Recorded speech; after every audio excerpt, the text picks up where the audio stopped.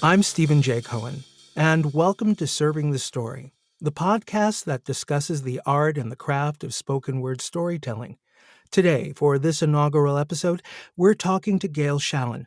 Gail is a professional storyteller, both on screen and off, a graduate of the prestigious Bristol Old Vic Theatre School. Many of our listeners will be most familiar with Gail's work in audiobooks. Some of my favorite works of hers are some short stories she recorded for us here at Spoken Realms for Serial Box Shorts. Gail has an innate sense of character and pacing that serves her well regardless of the genre. Gail Shalan, welcome to Serving the Story. Hi, Stephen. Thank you for having me. Gail, since I brought up short stories and production, I wonder if that's the best place to start. I started my career back in the early 90s working at Symphony Space in New York, home of Selected Shorts on National Public Radio. Selected Shorts was only one among many different spoken word programs at Symphony Space stage back then. And I remember conversations between Isaiah Sheffer, the founder, Marla Monique Miller, the program manager, and people like the author Frank McCourt about the fact that short stories are not simply novels in miniature. What are your thoughts on that? Right. Oh goodness. They are not simply tiny novels because you're having this very different experience as a listener, as an audience member, as a reader, going through the beginning, middle, and end process of listening. Mm-hmm. You can unfold a lot more in a novel, and you have to. It's. I think I might have said this before to you at some point in conversation, but I think short stories are a little bit like an amuse-bouche at a restaurant. It's that little taste that you get, and it just delights your mouth, and you get that experience, but it's kind of a pop, and you're fresh and ready for the next thing. Whereas a novel is much more of a full meal. Right. I love that. I love that idea. I mean, I remember learning about writing short stories as opposed to working on a longer piece. And it really isn't just that the pieces are closer together. You spend so much time trying to remove things that are technically unnecessary to get you from the beginning to the end. You are leaving a lot more unexplored. The focus is very sharp and tight, but it's a very shallow focus where you're not really seeing the rest of what is going on around you and behind you. Right. It's much more curated, perhaps. Like every moment is much more selected. So in narrating something that's a short story versus an audiobook, how does that feel different? That is really interesting. I think that there's a lot more immersive and imaginative work done in the preparation of it because I need to bring the whole world to such a smaller snippet. Whereas I trust in a longer form story that will be revealed and that my process of preparing the actual full-length book is integrating a lot of that. Does that make sense? Mm-hmm. Whereas in a short story, I'm getting suggestions of the background and the world of the character I'm narrating, and then I'm filling in a lot of that and bringing that to it. So at the beginning of a novel might be more like the beginning of a symphony where you're starting with a slow movement that's going to build and establish itself, whereas in a short story, you're entering with something fully developed. So that entrance must be the big difference then. So in a novel, it sounds like there's more time to establish that connection between you and the listener. Yeah. Right. So you can kind of ease into the work there. Whereas in a short story where the whole thing is going to be over in the time that might be one chapter in a book, you have to come in as if you are already familiar. And that requires a different sort of introduction. Walking up to somebody as if you already know them when you don't is a very different thing from, hi, I'd like to meet you and talk to you for 10 hours. I think that's exactly right. And there has to be some presumption of that will work in a short story structure. If it happens in a longer form story, that's a really interesting choice, and I think that's something to note, but I don't think it's as typical. So when working in and outside of audiobooks, if you were going to compare the work you're doing in this space to work you're doing in other spaces, what to you, I mean, how do they compare? What are the similarities and differences? I mean, if you're going to line them up in some way, how would you do that? Right. So generally the other work I do all falls under the umbrella of storytelling, right? So the other things that I do are sometimes I do commercial voiceover, sometimes I do on stage theater acting, acting on camera. I have a history in puppetry, and I'm working on some full cast writing projects. So all of that, I like to own the label of storyteller. That works for me. It applies across the board, and it's all interpretation usually of somebody else's story that they've created, unless it's the writing situation. Even that is interpretation of something else. um, so so it's all about thinking about who I am and Hmm. the story that I'm trying to tell, and who the audience is, who will eventually be listening, reading, watching, experiencing this story. That's how they fit together. How they differentiate, I think, has to do with the container that they fill, right? So, yeah. That's going to be interesting. So, right. So, if you were telling the same story in different containers and different media, how, yes. So, how does that impact what you're doing work wise? What do you think? Yeah, I think it impacts every step of the process. It impacts from the moment of Genesis, from the moment that I meet this story, how I think about the way it's going to pass through me, right? And what Hmm. are the sensory signals that are conveying this story to whomever is receiving it, and who's receiving it, right? So, like in a big theater house, it's possibly hundreds of people. In a much more smaller, intimate black box space, it's maybe tens of people. For an audiobook, it's one person. And how long are they sitting there? Are they sitting there for 10 hours with me listening to this story? So who am I to them in that situation? Is it a 5-minute clip of something that they're listening to, or is it 45-minute long puppetry show? Right. And for me, I think you just hit something really particular. So an engineer we both know who was looking at my work, was wondering why I did stuff in the order that I tended to do it. And then she eventually realized it was in part because I come out of live recording, live performance. So when you're at Symphony Space, the actor is standing there on stage in front of a theater house that is a couple of hundred people, and then it's going out on NPR. Mm, And so, predecessor to things like The Moth and all, but it really was based on a live theater experience that you were attending remotely, because we were miking the audience. So you were hearing the laughter or the gasps or whatever else was going on. And the audience was made aware that this was the fact. It wasn't just miking the actor and you're not hearing the rest of it. So, in that sense, I think that affected the style of performance because they were still playing to a theater house. Whereas, because I've heard the thing that I think you were referencing here, when you're working in an audiobook, your audience is a particular person, because we're assuming most often it's one person and we're likely, coming to them right in their ears. hmm Exactly. Yeah. So if you were to take Shakespeare, for example, across all three media, right? So if you're Mm. doing Shakespeare on stage versus Shakespeare on film, and if we make this really simple and it's a soliloquy or a sonnet, so that way we're not really dealing with, well, I'm acting with another person, how do you think that changes? Well, okay, so if you're a painter, we'd be talking about brushes and palettes and paints and texture, because the tools are something external. But with an actor or a dancer, the tools are the body and the breath. Right. So, how do you think, taking that very same material, how does that live differently? How does that move differently through you as a person based upon the modality? Okay, I just had this image that hit me when you said that. Obviously, the first thought when you say Shakespeare for me is the mirror unto nature, which is how I think about storytelling in theater and the audience. And I was thinking, okay, so then what is the mirror? Is the mirror a small little, makeup mirror that you're flipping open?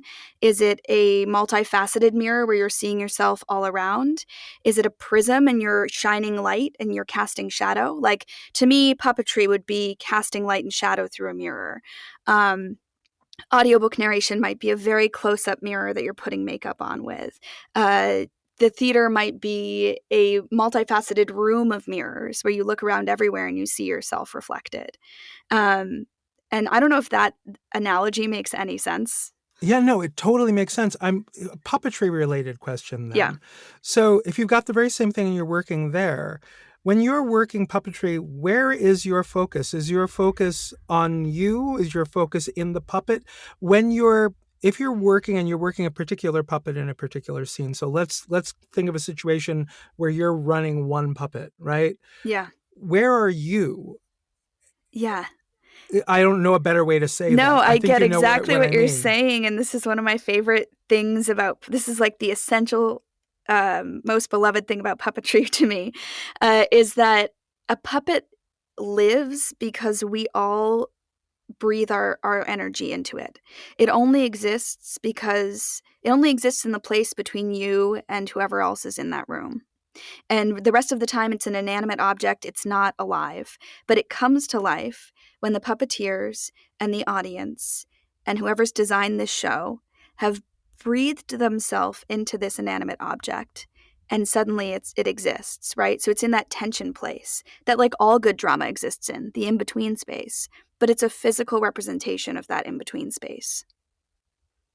So when the puppet is reacting in a scene, I know if I am acting in a scene, I know where my energy is. If I'm in a physical scene, but if I'm physically removed from the scene and what is in the scene is the puppet, is my perception attempting to see the scene through the puppet? Is that too method in that moment in order to hold on to that solid, if you get where I'm going here? I think that you might think of yourself as the puppet as an extension of yourself. So when the energy or the action hits the puppet, Mm-hmm. you receive it through the puppet and you react through the puppet. It's like it's like if you've ever done any weaponry training. Mm-hmm. Yep. It's similar, right? So it's the first point of contact and it's also where you send your energy. So here's going to be an interesting thing. And I went down this road for a very specific reason. You and I both have a relatively light take on character voices when we work in audiobooks, but Mm. we both know that there are other people whose work we love who do these really ornate, and I'm not even talking accents here as much as I'm talking really built out character voices. And sometimes I see that artifice as a commedia mask or theoretically a puppet. Sure. Now, realizing this is you and I in the room, and neither of us actually work that way, I wonder, because I haven't had this conversation with somebody who does the work in that way yet. Are they doing the same thing? Do they basically have a virtual puppet of that character that they are walking into and out of? That's really interesting. I would love to know the answer to that as well. And even though you might be picking up on subtlety in my work, I think about it the same way in audiobook narration. It's mask. It's an assumed character. Mm-hmm. So when I have a conversation between two characters or three or four or five or six, Mm-hmm. I am mentally stepping in between each character and putting them on as a mask. I sort of work that way, I guess. What would that be? Outside in? Inside out? I don't know. Stick your hand up the butt. That's how I work. Right. Well, I mean, that's the weird thing. Is that outside in or is that inside out? I mean, when people try to have the method versus technique argument, they talk in those terms, but I am honestly perplexed as to whether what we've just described is outside in or inside out. Just because I know what the shape is that I'm about to inhabit, it has a unique light because I am what is shining through that shape. Yes.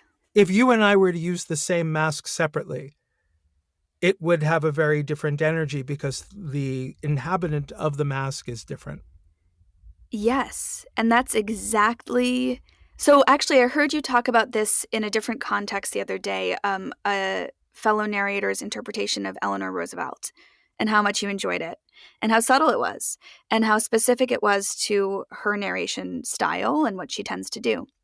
And I didn't tell you this at the time, but I also recently narrated Eleanor Roosevelt. in a small character in a larger story. Yep. And what do you do with that, right? Because it's a iconic historical person whose voice is very specific, right? When we think of her voice, and we think of her oration voice. We don't necessarily know what she actually sounded like. Um, but so I guess if you were going to go method on that, you could do all sorts of research onto the specifics of why she sounds that way and how to integrate it into yourself and to connect in a really deep um, way from your own experience to that. And I think all that comes in prep. But when I'm actually performing, I'm much more putting on the mask or the puppet or the virtual costume of Eleanor Roosevelt when I step into her. Partially because, specifically for audiobook narration, and I think it would be different if I were playing Eleanor Roosevelt in a radio play, I'm flipping between her and several other characters, Right. right? Right. So I can't go method. What? So that's the interesting question now, because this is where this stuff breaks down. Because there are quite a few people who use a lot of, in air quotes, method tricks, patterns, Right. techniques when they are doing audiobook work. And to say that you don't feel that you can do method in that audiobook space, I'm very interested in that as a statement. Well, we just used two different verbs there, to do and to go.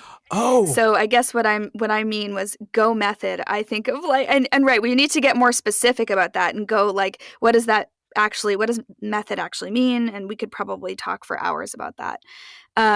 But my idea of that, right, is like a completely immersed giving over of self into this other being that takes you over. You know what? Actually, I say that out loud and I'm like, that's not necessarily true. right. Because that is in a microscopic way what I am doing is letting that little being take me over for a second. Mm-hmm. The idea of that being, the creation of that being, take me over for a second or a minute or however long it lasts. Whereas I guess method would say you're replacing things in yourself, right?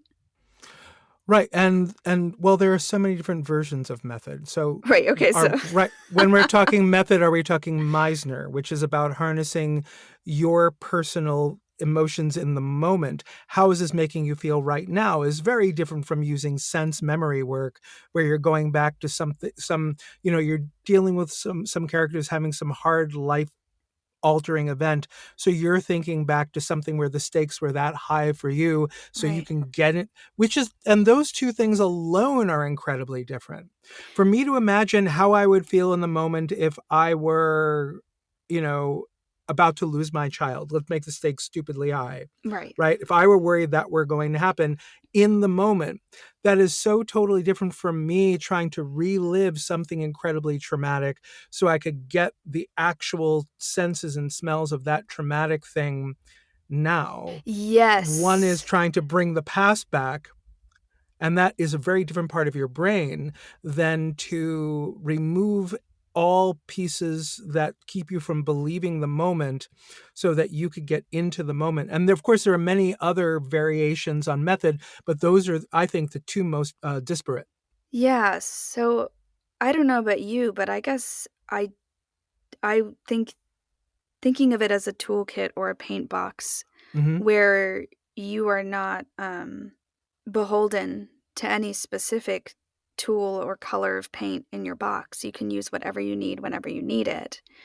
Um, I guess that's more the way I work because I think that there are parts of both that recall memory method and uh, you know, the complete immersion of sensory presence, as well as many other techniques that I pull on and lean on in all storytelling forms. And it just depends on what the story needs. And I trust it's more instinctual. I mean, in preparation, if I'm really stuck, I might go back to something that's feels more technical. But in performance, I try to set myself up so that I don't have to think about what technique I'm using while I'm using it. What I think might help clarify all this is instead of just think about a character, if we think about the narrator, Because I mean, I've often talked about how I feel that one way to think about a narrator who isn't in the story, so not a narrator who's an embedded character, but a narrator we never meet, whether that's usually a third person narrator in that case. Yeah. It kind of also works if it's a character, but they're telling something that happened in the distant past, but not so much. So mostly a third person narration. In that case, when you have a third person narration, I often find it works for me to think of that person as the cinematographer because they are really painting how you are seeing the entire scene, all of the other things around. In situations where I am approaching it more from a method route, that is the character that I am making 100% real because that is the character that I am in all the time. And then the rest of the characters are filtered through them versus something that I'm seeing from the outside or something that I think is too emotionally difficult to see from the inside the entire time. Right. I mean, we've talked about before the the service that audiobooks, straight audiobooks can provide in storytelling and how that has out of necessity become more intentional, right? Because if you're trying to represent many people in a realistic sense for the audience, then do a multicast, then do a radio drama. It's Right. easy enough to do these days. It's affordable enough to do these days. The reason that you do an audiobook is because it's a subjective story. And there's one person's point of view, unless you're introducing more where it's a multicast, that we are trusting as we take in this story. So, to some degree, to fight that and to try to actually embody everybody besides the narrator is setting up an impossible and false pretense. So you're reminding me of something. So recently, I listened to a book that attempted to straddle that line. It was recorded in about 2008. Beautiful straight narration that was then juxtaposed with scenes of full cast. Interesting. And there were certain points where it worked, but it was very clear that the actors, as I was trying to figure out why it would feel jarring from time to time, I eventually came back to this idea that when I'm when I'm narrating an audiobook, I am usually thinking about it in terms of painting, again, to go back to painting. Mm. Anyone who's followed me at all on social media has seen some of the things that I've been doing recently because I've recently, dug back out the palettes and things, and I've been working that way. So an audiobook feels like impressionist work to me. At its highest functioning, it feels like a Monet or a Renoir. Mm. Um, I understand what's there, but because we are living with the conceit that one person is the entire world, that soft focus is part of what you get in the intimacy of an audiobook. And what I think was not quite gelling for me in this book that was attempting to be both an audiobook and a full cast recording was when it would become the full cast recording, having different actors in the scene for some of the time meant that those actors had a very sharp and clear focus of who they were in a way that no one audiobook narrator would do and you wouldn't expect them to do because that actor is just that character for however long that character exists in the story. And so it was the shift from impressionist work to a very clear representational work Right. that was very difficult to do sometimes. And in going back through the cast of actors, I felt less jarred by the cast members who had more audiobook experience versus the ones when I looked them up either had more video game or more animation experience. Interesting. Because they understood the container that they were in, right? And that, right, Implicitly. right, Yeah. right. They walked into the theater and knew, oh, I am acting this scene in the context of an audiobook as opposed to a video game or a cartoon or whatever else this is. It's an audiobook, so my audience is that. And I think that audience perception was probably a more important a point than maybe some of the actors realized. That is that what you've just said made me think of two things. One thing is that I think that in order to pull off that concept, right, of going from a single narrator to a full cast and shifting that sharpness in the focus, as you put it, which is really beautiful, Hmm. it would have to be, again, very intentional. And I think it would work really well in a descriptive memory piece Hmm. where we had a unreliable narrator. So like Big Fish, the film, Oh, or what was the other? The Fall. Did you ever see The Fall with Lee no, Pace? So it's no. sort of got like a surrealist element, and you have somebody in a hospital bed or in their Hmm. deathbed recounting memory, and then you get to see these things in real time in these films. And I think that would work if it was revealed over time that things were maybe slightly different than the way we were being told. Right. So if that was serving a purpose, right, driving to an end, I think that would be a really, really interesting device. So, and I agree. And I love Lee Pace's work, so I'm going to have to go look that up. Yeah, it's great. Um, There was a group a long time ago based actually in Syracuse, New York called Full Cast Audio, and they did the Redwall books. They did the original versions of the His Dark Materials, the Philip Yeah, Pullman series, Golden Compass, that series. And what they did, the cast was basically a local equity theater. And if they could, they would fly in the author, and the author would read the narration parts. So Brian Jakes reading Redwall and Philip Pullman reading His Dark Materials. wow. In that situation, because they're basically sitting around a table and can see each other, I think that also kept them all very focused and very in line.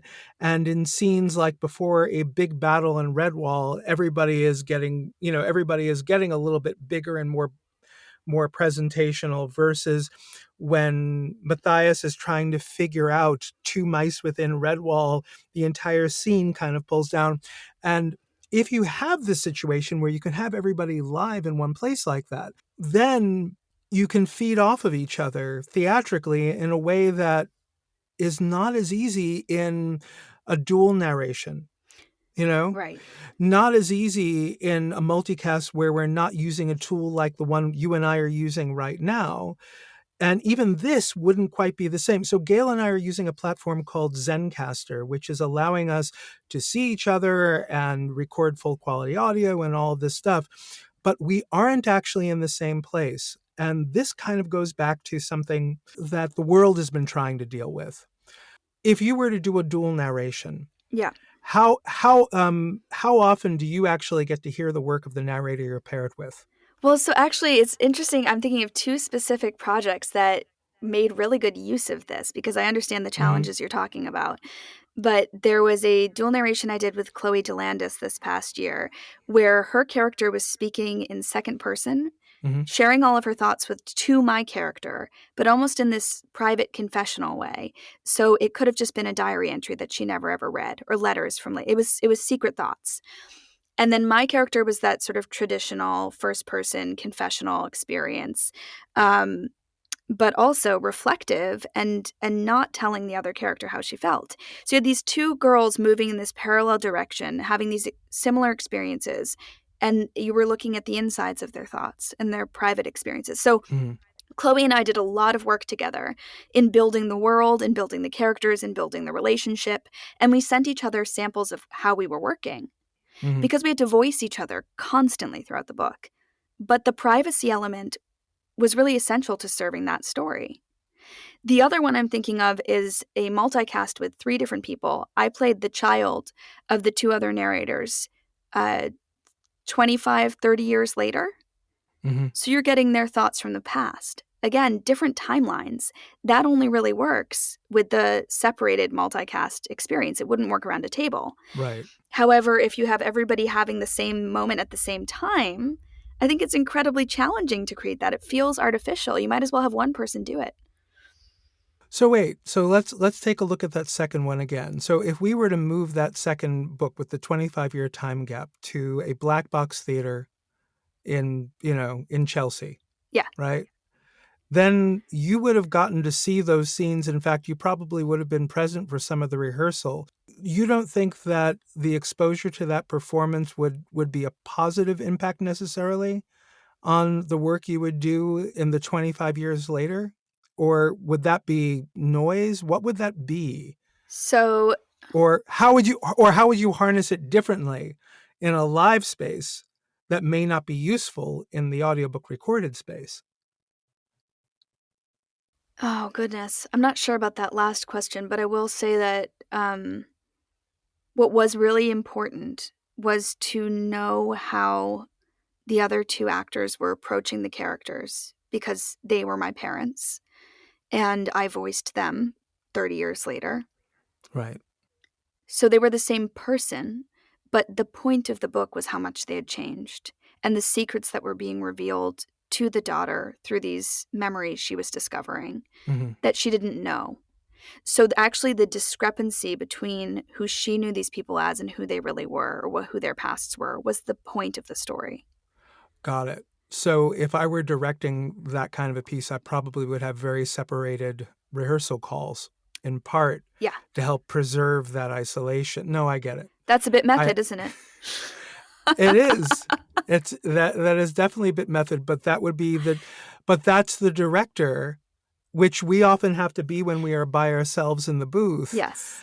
But that is sort of that director's moment of, would it actually serve to keep them separate? Why?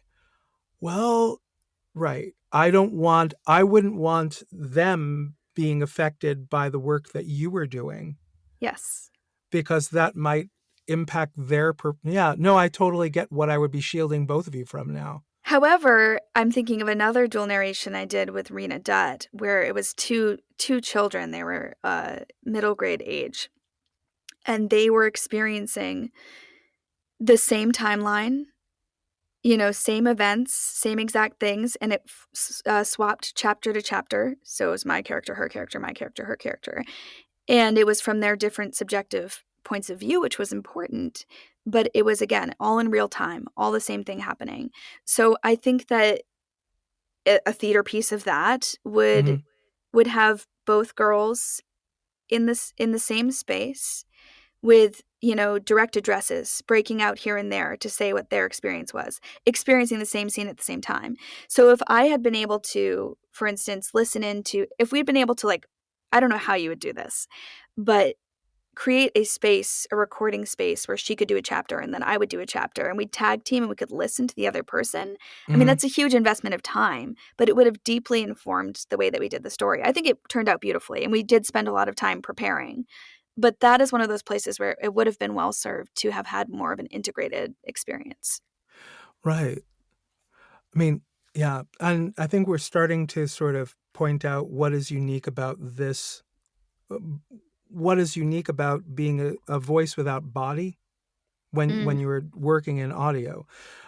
Whether we are talking about narrating an audiobook or working in a radio play, or there's so many different words for that. Is it an audio drama? Because they're not all dramas. Is it a radio play, even though they're not on radio? Like whatever the right term for those are still is up for debate. But essentially, if you are a voice without body, yeah. that's really the kind of thing that I'm talking about here. You're freed from a lot of things. Although now, who you are in body is starting to affect the kinds of things that we are getting to do. Totally. Like my last name is Cohen. And so I've said to anyone who's listened that in the year leading up to the election in 2020, only 3 of the books that I did that entire preceding 12 months did not have the word Holocaust. Right. Now, they weren't all Holocaust books, but, you know, I'm like, there's a lot more paying attention to the vessel Yeah. of the voice at this moment for both good and ill, which is kind of interesting. Yeah. Yeah. I'm not disparaging own voice casting. I think own voice casting is really important. But I do think part of what's going on is, I remember when I first started working in audio, a lot of people who could never be considered for lead roles on screen or on stage suddenly were getting lead roles in audio.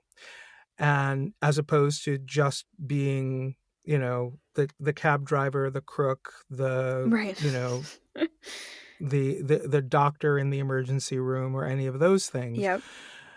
And now, although the stories are more respectful of difference, there is a lot of pulling people back into boxes. And the way I'm seeing that is I'm seeing that as a temporary overcorrection, Mm. before we come back to a place where there's a realization that there is no such thing as, well, this is an American neutral accent, which will take a very long time for people to accept the fact that a country of immigrants can't really have an American neutral accent. Right. Well, I mean, any neutral accent is not a real thing. Right. Yeah. That is I get where you're going with the overcorrection. I think it's an oversimplification. And one of the things that I love about audiobooks, as opposed to other casting areas at the moment, is that because of the nature of the container, there's more opportunity for getting more nuanced and specific about what we mean when we say own voices and who we're choosing to tell this story. And that it is as much, if not more so, about all the stuff that's swirling around in your own container rather than how the container looks from the outside, that's important to casting. Right. So representing ourselves accurately, truly, and genuinely is more important than ever. And how we package that, we have a lot of agency over that. We can't change who we are, but we can be clear about who we are, and we have a lot of power in articulating that. Whereas I think in certain other areas of entertainment, there's a lot of sort of judging the book by its cover still going on. Right. There's a very singular American definition of what it means to be Jewish, which is very Eastern European, Ashkenazi, which is a branch, well, not even a fair way to put it, Ashkenazi, Eastern European, Fiddler on the Roof Jewish. If you don't know the middle term, feel free to look it up. Those things all fit together. But that is a very particular American perception, for a number of different reasons that are not really about the content of this podcast, but I've narrated quite a few books on this subject.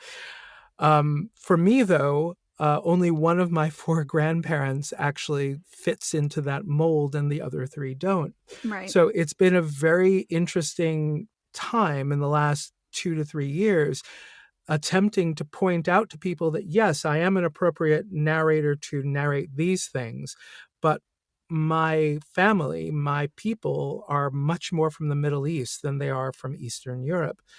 And so there's a lot of me there that is just not being seen, because I think I'm being seen through a very particular lens, and the lens hasn't adapted yet.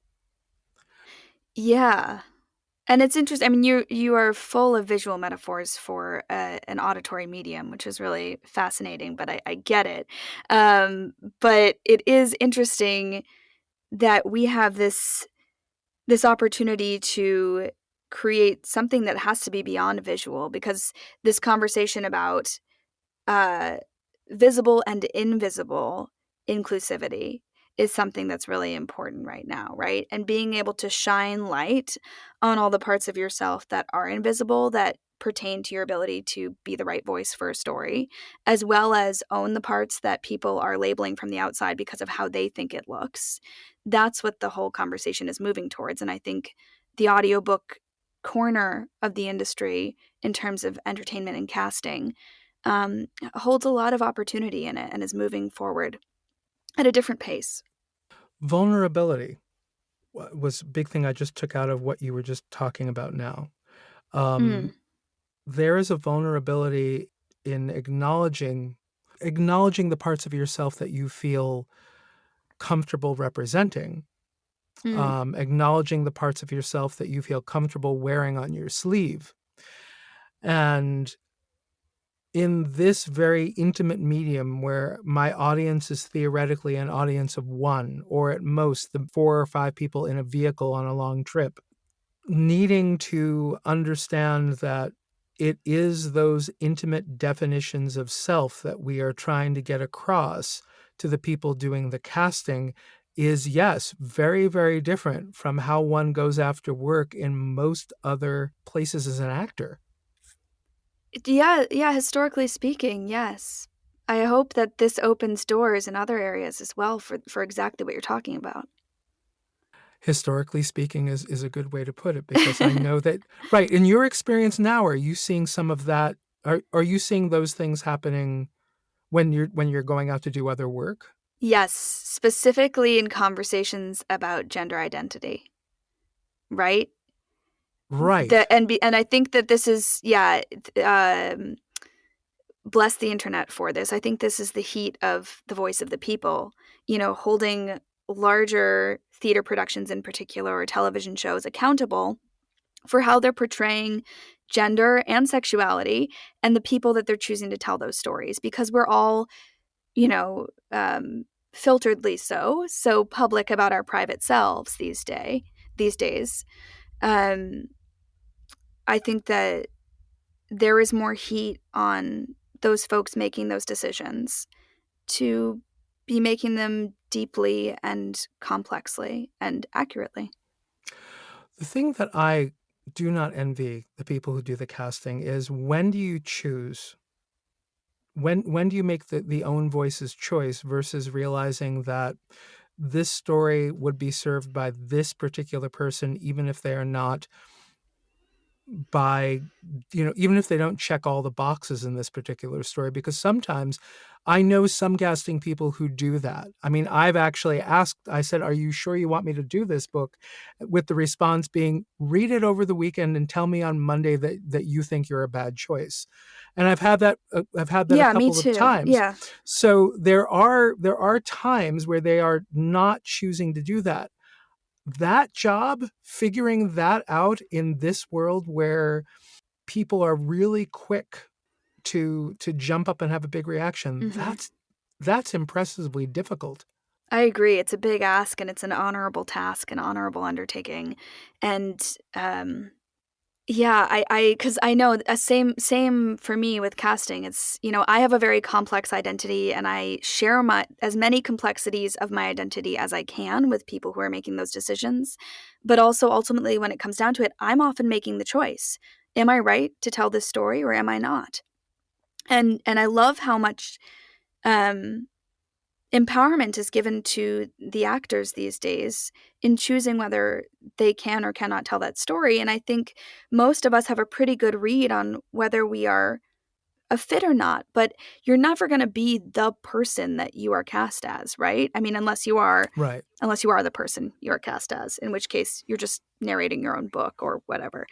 Um, but I imagine, and my casting experience is incredibly limited, but I imagine that casting the right voice has to do with a lot of different things, and that these spotlit focuses in how people identify and present themselves is putting pressure on that part of checking the list. But you understand in casting that you're never going to check every box, and so it's also a values game in terms of this story. And I've had this experience in accepting or rejecting a casting opportunity based on these things we're talking about. How much do I feel like I can truthfully tell this person's story from my own experiences, connect to their reality, even if it's not the same on a checklist? Do I feel similarity that rings true in an authentic way? Or do I feel like, really, this is not my story to tell? I cannot see out of these eyes. I do not know what the world would look like. And that's kind of how I monitor it. I mean, in some cases it's more obvious than others. But there's always it's like putting on a pair of shoes and being like, these give me blisters, these are gigantic, Hmm. these fit. Like, no pair of shoes you buy from the store are going to be custom made for your foot. Hmm. But you fit in the shoe or you don't fit in the shoe, True. right? True. Right. You were bringing up that I was using a lot of visual metaphors, and you're right, I was. I tend to judge that reality by the reality of a role. If I'm a good fit for a role, from can I smell it, can I see it, can I taste it, can I touch it? Yes. Yes. Um, and I think that comes back out, if I'm not seeing what I'm hearing, then I'm not a good fit. if I'm not tasting it. Tasting the character sounds weird to say, but you know exactly what I mean. There's a presence on your tongue that isn't there when you're not reading the story. It's having these visceral responses to what the content says that feels like it's already pulling me inside the content. Yes. And then it becomes my job to figure out, well, where are those synergies if I'm not that exact match? How do I find my way into this part of the match? How do I then do what do I know? What can I pull from my experience that gives me the empathy for the character so I can find my way inside the character?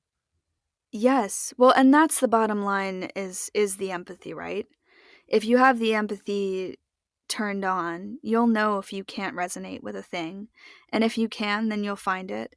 And I think also, like, in thinking about whether you are the right person for the job or not, um, taking into account the story itself and those credentials that are making you right or wrong for the story, Mm-hmm. how are those credentials informing the story? Is this a story about race? Is this a story about, your ethnic heritage? Is this a story about your sexuality? Is this a story about your uh, social economic status? Is this a story about uh, you've lived in a city and so you must know about what it is to live in a city? Mm-hmm. Is this a story about being a parent and losing a child, and you really can't relate to that unless you've been through it, or can you because you've experienced something that's somewhat similar? And that's not to say that, like, I feel like I'm digging myself into a bit of a hole here because there are places where you cannot cross that line. But again, I think anybody with empathy and a sensory awareness, like you're talking about, Mm-hmm. does this smell, feel, taste, look right, is going to feel that balance. It's a balancing point. Well, right. So let's. I don't think you're about to cross the line, and here's why I don't think you're about to cross the line. So let's say you've got a story, and the POV, the point of view character, is somebody who you can directly relate to within a few years of your age, within some gradation of your personal experience. But the best friend in this story, who this person is trying to relate to, has gone through that level of loss that you have not. Right. But you need to portray that character as well. And we would not think twice about taking that book, even though that other main character has got this Oh, yeah. thing. We wouldn't think twice about that because we would assume, well, we're on the outside. I've never, whatever the horrible thing is, Yeah. how could but if I'm going to do that character service, I have to do my best to get inside that character as well. Right. I'm not carrying that character for 10 hours. I absolutely understand that. But I don't feel that experiential difference should exclude one from that moment. It's the same thing about if you're in an undergrad program and you're doing a production of King Lear, somebody is not going to be the right age in order to be doing those lines, those roles, but there is still value on being Lear or being that fool and staying with the old man and doing all those pieces still has value for the actor as much as a more age appropriate Cordelia and Goneril and Regan. You know, there still is value to having that young actor do that role that they may not be ready for 20 years. Yeah, I mean, in that example, I think, again, if you think about the context, especially so, right? So Mm-hmm. if you are staging a an open performance of Lear for anybody to attend and you're marketing it to everybody, you're going to want to try to fill those roles age appropriately. But if you are putting it on at Fall Festival of Shakespeare through Shakespeare and Company, when I was in high school, as I was doing, there's a resonance to watching your peers go through that experience, right? So also taking into consideration, not only as you're saying, um, who are these secondary characters, whose lens are Mm-hmm. we looking through, but who's listening to the story? Who's this for? Right. And I know people who are 10 years younger than me who sound vocally older than me. And odds are, if we were in that performance, I would be I would not be playing the oldest character on, in the recording if we were just doing it in audio. Right, and there's things so that brings up an interesting, um, concept about figuring out how we market ourselves and sort of elevate or pitch ourselves and fit all of those complexities into a compact, digestible form. And, there's things that we cannot change about ourselves, and those are, like, um the way we look or the way we sound that people will Hmm. receive in a very, uh, objective way, and they'll put their own subjective lens on that kinda stuff, but it is what it is. And Hmm. then there are things that are much more nuanced that are harder to see or hear if we're talking about casting, that we have to make visible, and we get to decide how we present those things. And all of those things are important. And like we were discussing before as well, it's all about, well, what are we trying to do with this character? What are we trying to do with this story? What are we trying to do with this casting decision? Like, what is important here in terms of that as well? Right? So, like, you may be exactly the person to, you had a project you were working on, um, that had everything to do with having grown up in New York and, Hmm. everything to do with having been in New York in the time that you were in New York. Hmm. But the character was from a different ethnic minority than you were, but you could also Yes. relate to that aspect of who they were, right? Right. And so you were actually that's a perfect example of you being a very good fit for something Hmm. that you don't check all the boxes on because the story was about being an ethnic minority in New York at that time, right? Right. Which is what you are. Right. So if you get too fixated on the specifics and it's no longer serving the story, this is also brings us back around to a dialect conversation that you and I often Hmm. have, right? If Yep. you get too focused on the specifics of being incredibly accurate about every single dialect that you're doing to the point that it's distracting and no longer true to the story, rather than Hmm. picking the actor that can tell the story authentically, truthfully, and may not hit every single moment of dialect accuracy, because dialect accuracy is also not real. Dialects are made up of many idiolects, Hmm. and so they are incredibly diverse and different, every single person's idiolect. Um, what I mean to say is that dialect accuracy is a construct. If you get too hung up in that kind of stuff, Right. right, the checkbox constructs of society, which are important, but are constructs, you will lose sight of the message of the story, and then you are no longer serving your purpose. Right. To again jump back to a painting thing, it becomes about the brush technique and not about the content of the painting. Yeah, and that's never moved me. Right. That's never Right. made change for me. Right. No, I see that. I see that very specifically.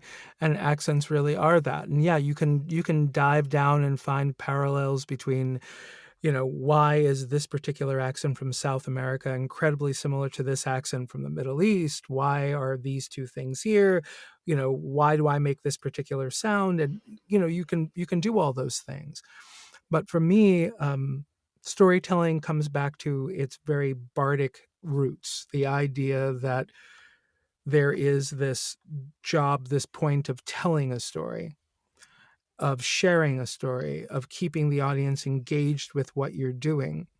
And yes, if someone is very good at making their voice sound different, and then that person has a good sense of, I'm going to make this character sound like they're from this particular part of Northern England versus this other character who is a bit more well to do, I'm going to not quite give them an RP, but I'm going to do something that is over in this direction. Those are intellectual choices that hopefully, once we're in the moment, we're not paying attention to those anymore. We Yes. made those choices because they were helpful originally. Um, a narrator whose work I love, I don't listen to her nearly enough, has a very complex way of preparing, Karen White. And she was explaining this really complex spreadsheet that she will do on a book, where she is tracking the plot of the book, the backgrounds of the characters, and everything. And it went on for a long time. There was such a high level of complexity. And at the end, I said to her, But let me guess, when you're recording, you never have to open that spreadsheet ever, because the act of building it is what you needed in order to cement the work. Yes. And I think that's when it is important for you to say, this character should be from here because, and use that to inform the work that you do. But, and we've had this talk before as well, I tend to look at an audiobook recording as a live piece of theater. And so the imperfections, the fact that the accent is not going to be exactly the same in chapter 2 as it will be in chapter 22. I see that as the same, as that's what happened on the night of this recording. I stand by the validity of that, but I look at this as what you are experiencing as a live recording where I knew I had you as an audience member. You and I both know people who will go take after take after take Yeah. because they come at it from, well, I have an infinite amount of time in the booth, and Yeah. they would do the thing that I can never do. I've watched film actors do this. I've been an extra on a few different sets, and I'm always floored at somebody doing a love scene to a tape mark on the wall Mm. because the other actor isn't there for whatever reason, and the camera is where it is, and they want you to look at this tape mark because that's where the eyes of the other character are. I have watched some really intensely emotional moments between a person and a piece of tape. Yeah. Oh, yeah. And I know me, and I know that I get so much more from the eyes coming back at me Yeah. that I have no idea how I would do consistent good work if I was required to work in that way. But in a weird way, that's what I'm required to do in audiobooks. Right. Don't you think that that's exactly what you're doing? I don't, and I'm not sure why. Okay. Because I think that's exactly what I'm doing. And I think I'm reacting. I always think that my scene partner is the text. So I go through everything that Karen went through. I build this really complex spreadsheet and I go ham on my prep like I'm a weirdo. And then I show up and I perform with the text, and we work together for as long as it takes to get it in the can. And it's always better and more human and more authentic if I'm not checking my lines during the performance, right? If I'm not brushing up, like, so to go to the dialect example, Mm-hmm. I let my dialect sit several days before going into the booth. I try to prep a week in advance, and then ideally 3 days before, it is what it is, because at that point the dialect needs to have become part of the character. It's not a dialect, it's a character. It's an aspect of the character. And so if I'm consciously checking sound changes while I'm in the middle of recording, I'm not acting with the text. I'm looking at my lines. But my scene partner are the words on the page. I mean, really, I'm my scene partner, right? Especially when it's a scene. And you know who else is my scene partner is the listener, right? Right. It's a weird time deconstruct, but that person in the future. I almost think most audiobooks are a direct address, right? Mm-hmm. So you're giving information, and you intuitively know the places where somebody or you, mirror up to nature, would react. So if you say something that's shocking, let yourself have that space for shock and have it impact and inform what happens next. If you're giving a long paragraph that's expository and it's a lot of information, you consider that in your pacing, right? I mean, consciously, you're not doing this necessarily. What's the word I'm looking for? Overtly. Overtly. That's what I mean. Thank you. Yeah. But you are doing it on some instinctual, impulse-based level that says, oh, I need to kind of flow through this bit because we're just giving a lot of information. And then this one's a really big bomb that's being dropped. And so I'm going to let the impact of that bomb have a little bit of space. Breath isn't like I had an amazing hour with Gabra Zachman where I felt floored by all of the revelations she was giving me about breath in audiobooks. I don't know how you feel about this, but when I listen to audiobooks and breath is used as a tool to inform me about what's going on in the scene, and maybe because we're human creatures, we feel empathy in breath, my breathing changes too while I'm listening. And then there's an emotional reaction in me. You're making me think of a book of yours I listened to. Actually, I recommended that somebody else listen to this book recently, To Alone, Oh, yeah. which is not the project you're talking about, I know. But so, as you can tell by the title in this particular case, I'm not giving absolutely anything away. The character is isolated from for a very, very long time based upon things that happen in the real world because you are by yourself. And whoever mastered that, Mm-hmm. whoever paid attention to what it was, chose to leave your breaths alone. And I was so happy for that because that made the room feel that both pulled me into the room and kept the room feeling empty. Mm. And that was true whether I was listening in my headset or I actually went on a car trip for part of it. And luckily for me, the sound system in the car is good enough that it kind of sounded like you were in the car with me. Yeah.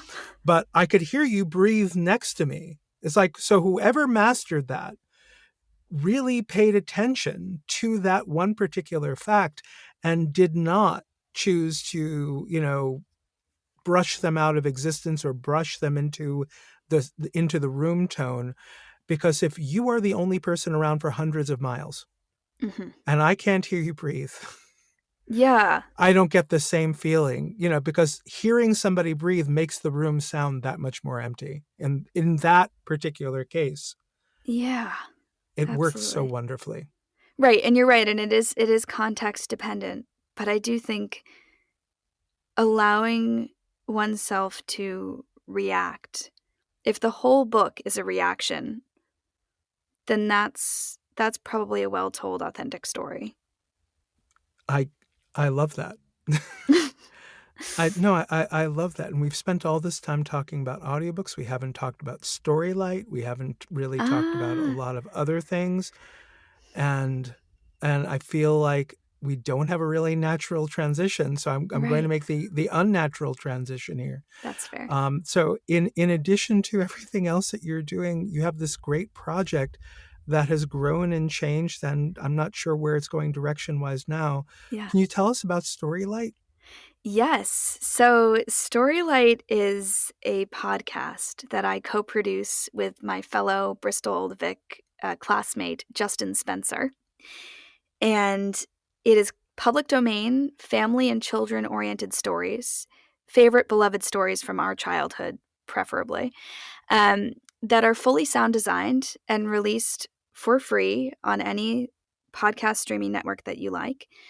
We are also looking at distributing it in other forms, but they are sort of straddling this place between audiobooks and cinematic audio, theatrical audio. Mm-hmm. I would say cinematic audio. There's immersive sound design underneath these beloved stories. Mm-hmm. And we started it in March 2020 when we were both feeling like the world needed a lot more light than it was getting.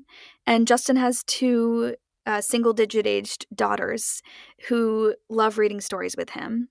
I've spent a lot of my adult life being a nanny, and I know that the power of storytelling for children in times of fear, in times of questioning, in times of curiosity, in times where we need an escape is more than magic.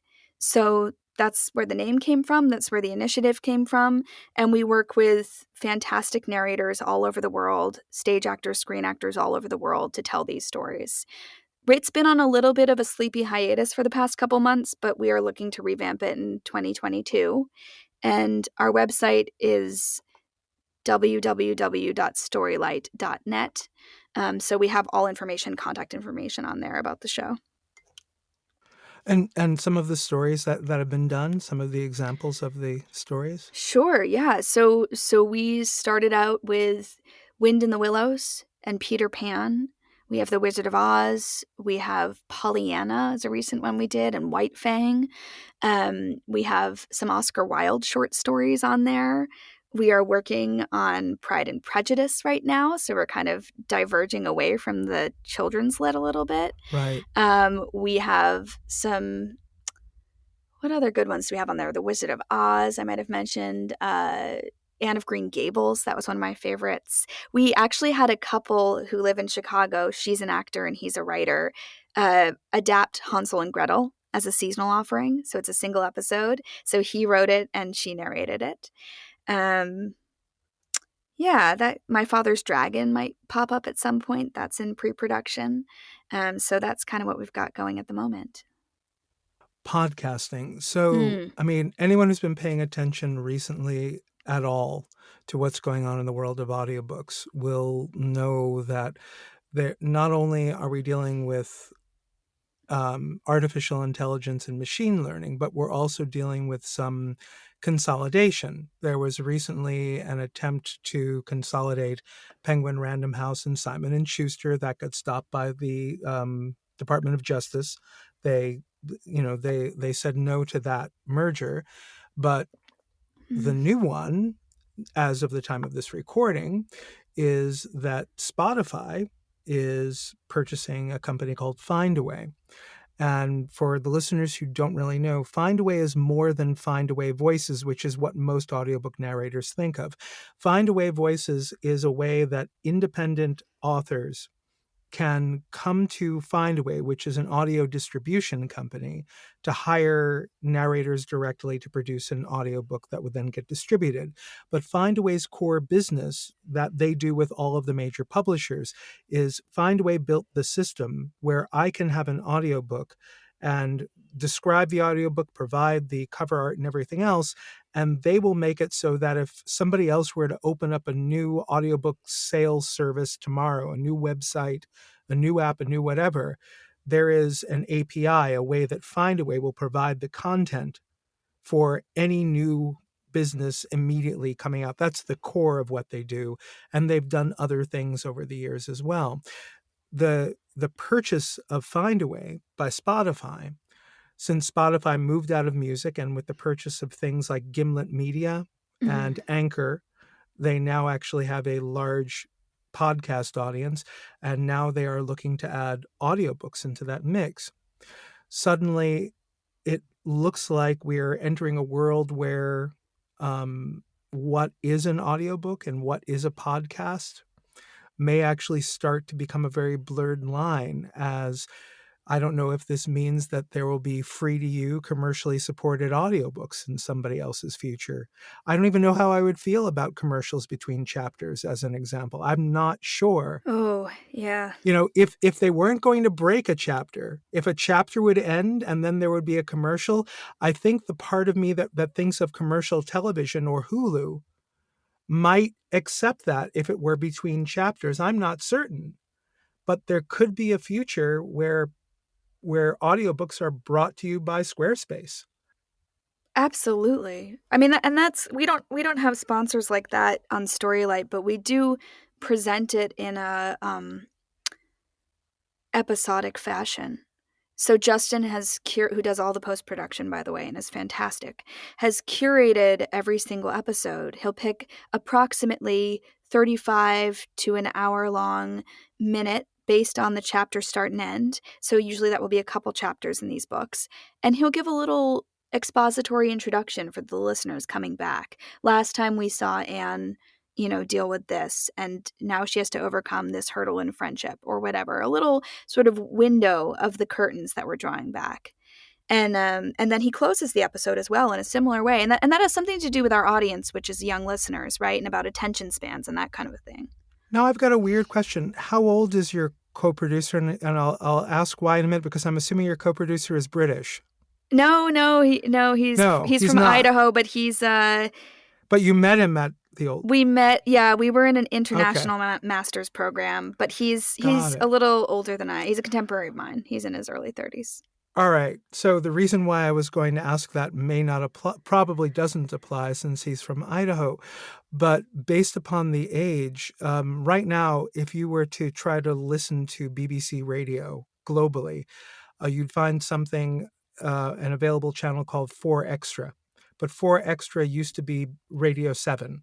Ah. And when it was Radio 7, there was a children's program, which I think now probably still exists on CBeebies, that presented children's fiction in pretty much that way, where you had that short 1, 2, potentially 3 chapter thing, and then you would come back around to the beginning of it, say, and the last time we left these characters, and you'd go through them that way.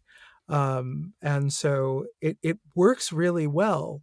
It's a wonderful layout in order to do the kind of thing where, it's basically the equivalent of reading to your kid until they fall asleep, and then always picking up at the chapter they fell asleep during the next time. That's exactly right. And that's the idea behind it. And I think it would work really well in certain mediums and maybe not so well in others. Although, if you did sort of think about it like an episodic, and I wonder whether people will start to write that way. So audiobooks definitely impact writing. In fact, like as far as a big deal author who admitted to this, John Scalzi, Mm. after listening to the production of his first few audiobooks, made a big effort to stop saying he said and she said. Because he got annoyed by it, hearing it out loud. He was like, I Yeah. didn't realize it was a bad thing on the page. Yeah. So he put more effort into like having a sentence, then it would say the character name walked across the room instead of saying the character name said. He was trying to combine the two things Mm. into one. So, audiobooks have already made that change, but I'm wondering, are you thinking that we're going to head towards shorter chapters in that way? Yeah, maybe shorter, but also maybe just more conscious in terms of people taking little bites, right? Like, you got the whole pizza, but every slice is specific. Mm-hmm. I love the way that different art forms, different storytelling forms inform each other and change and mutate and create whatever we get in the future. So I don't doubt that audiobooks moving onto a podcast style streaming platform will impact the way that audiobooks are thought about in the future, and perhaps even create its own genre, its own thing. Mm-hmm. Just in the way that we've seen audiobooks as we see them now expand from literally a paper book read in the booth, page flips cut out, and it's just that translation, to pieces that are written specifically for audio and released in audio only, to those little minor changes like you're talking about in Scalzi's work. It's all in the zeitgeist. People are thinking about that. So whether it's an overt change or it's much more of a subconscious shift, I'm sure that it will have an impact. Wow. It's exciting. I find that really exciting. It is really exciting. Because as we sort of sit in this pocket of fear and scarcity with all that's happening with, as you suggested, with the machine learning and AI stuff and, acquisition of different companies, the ground is changing underneath us. But what I see in that is possibility. And I see, okay, well, this means that we're moving forward. And so, yes, we might be losing what we knew. And, in some sense, it's not going to drop out from under us all at once. But we might be losing what we knew. But we're also going to discover things that we didn't know existed. We're going to make new things. I mean, that ultimately, when it comes down to it, at least on our end of the mic, we are, and I think on all aspects, you will find true creatives in this industry. We are creative people. Human beings are creators, right? Mm-hmm. That's in our essence. But we live in an industry full of human beings who have dedicated their lives to making.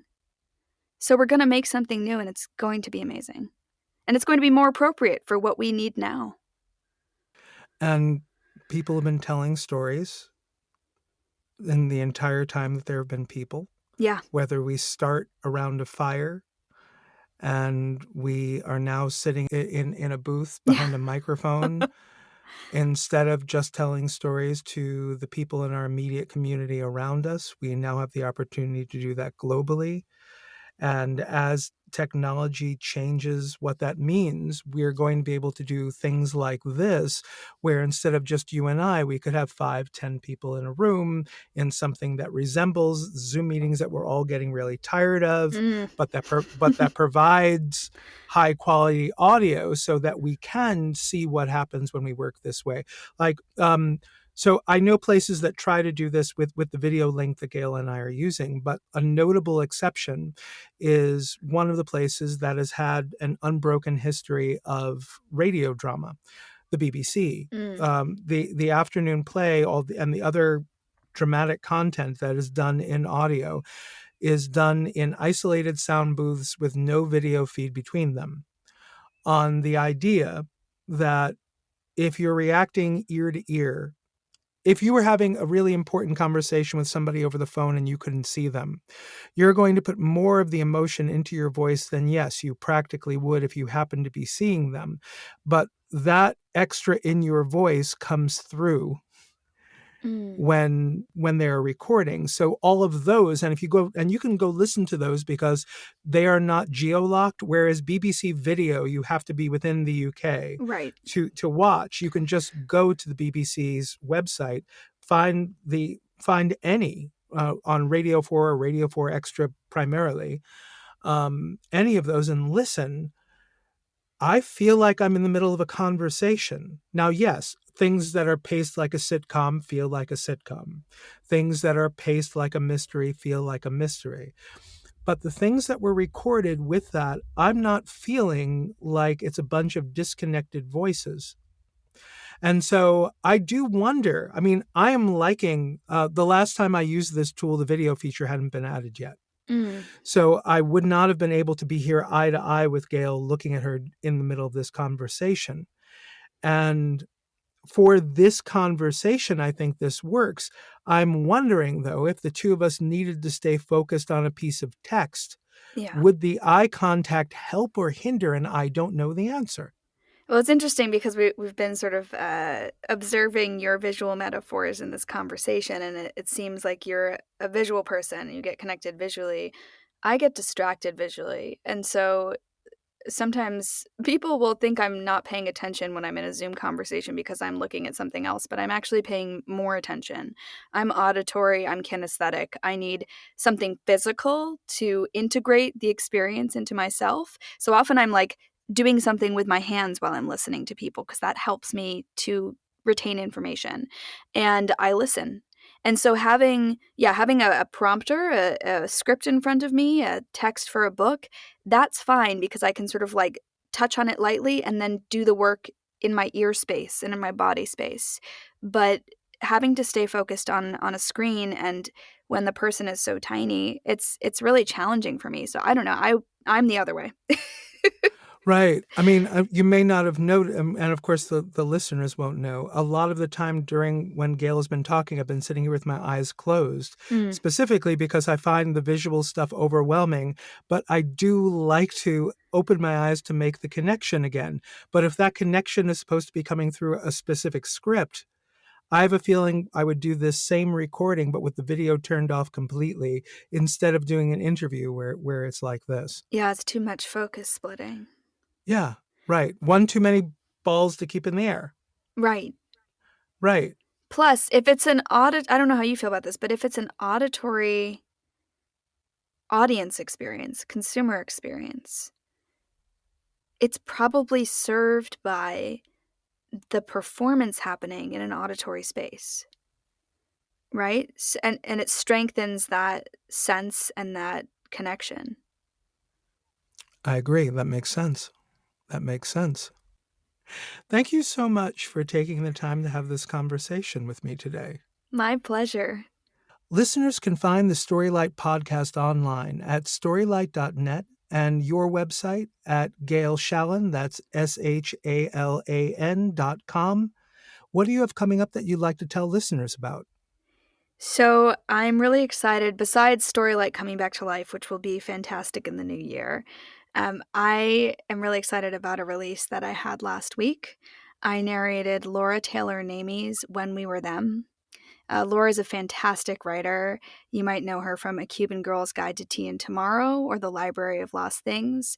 She's a New York Times bestseller and a Reese's Book Club pick. And this book is a memory piece about a girl in high school who has betrayed her friends. And the betrayal is revealed along the course of the book, but she spends the book looking back at their 10 years of friendship, trying to figure out the nuances of where she misstepped and how she can make it right. And it is a truly gorgeous depiction of teenage friendship, of coming into self, of letting go, of transformation, of processing loss, and of growing up. And it was such an honor to narrate that project. Gail Shalan, thank you so much for spending the time with us today. I really appreciate it. Yeah, thanks again. I do too. And I'll provide links to what Gail talked about today in the show notes. Thank you all very much for taking the time to listen to the first episode of Serving the Story.